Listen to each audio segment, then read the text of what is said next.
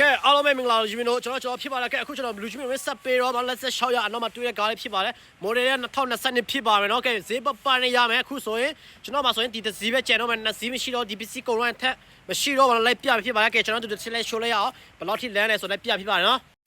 ကဲဒီကောင်လေးရမယ်เนาะဘလက်ရောင်လေးပဲအနေထားတစ်ချက်ရှိုးလိုက်အယောင်လေးတစ်ချက်ရှိုးလိုက်เนาะမေးနေရပဲเนาะဖြူလေးလှုပ်ရှက်ပါရတာတော့ဘာမှမရှိတော့ engine gear box လေးဆိုအကောအာမခံတော့လက်ဆက်6ရတာမျိုးတွေကြတော့ကျွန်တော်တို့ကဆက်ပြောရတော့လက်ကားကောင်းတဲ့ဟာမရောင်းမဲတော့ကားမကောင်းတဲ့ဟာဆိုမရောင်းမဲဘူးနော်မကောင်းတဲ့ကားဆိုအနားမှာထားမှထားတာဗျာရှင်းရှင်းပြောမယ်ဆိုရင်ဒီဇိုင်းပါပဲနော်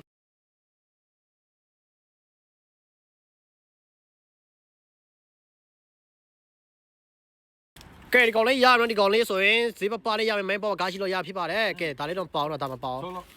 ကဲရှေ့ဆိုရှေ့လာတော့ကျွန်တော်ဘာမှပြောတော့ကဲနေဝေးတဲ့စီရရှာပို့ပဲဖြစ်ပါတယ်24နာရီရောက်တော့ကဲဒီကားရဆိုရင်တော့ခက်ရှောင်းရနော်ဒီကားကုန်တော့ထပ်မရောက်တော့ပါဘူးနော်ကဲယုံကြည်စွာအားပြီးလို့ရပါပြီအားပေးမှုအထူးပဲကျေးဇူးပါခင်ဗျာ